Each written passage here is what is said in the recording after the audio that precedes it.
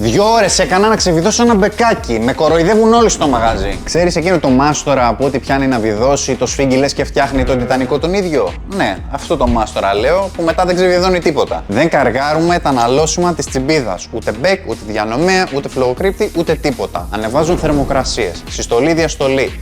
Θα σφίξουν μετά πάρα πολύ και μετά θα χαλάσουν τα σπυρώματα. Φιάλες τώρα. Σταμάτησες τη δουλειά, οκ. Την έσφιξες, την έκλεισες. Είναι κλειστή. Δεν χάνει.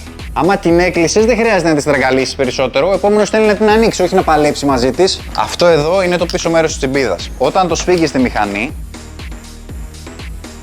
φτάνει. Έσφιξε, τελείωσε. Δεν χρειάζεται να πάρεις όλη τη μηχανή μαζί σου. Επόμενο θύμα υπερβολικού σφιξίματος. Αυτές εδώ είναι οι ασφάλειες που κρατάνε τα ράουλα στη θέση τους. Όταν τα σφίξεις, τελείωσε. Τα αφήνεις μετά. Άμα τα καργάρεις και αυτά υπερβολικά, με τη στρέψη θα δημιουργηθούν ζημιές. Και το τελευταίο που δεν θέλω να παρασφίγγεις είναι αυτό εδώ το κομμάτι, το παξιμάδι που κρατάει την κουλούρα στο μπράτσο. Μόλις το σφίξεις, επίσης το αφήνεις. Για τους ίδιους λόγους που είπα πριν για τα καπάκια και τα ράουλα. Αν έχεις και εσύ ένα συνάδελφο που δείχνει τη δύναμή του στο σφίξιμο και βγάζει όλα τα νεύρα του εκεί, κάνε μας follow και στείλ του αυτό το βίντεο.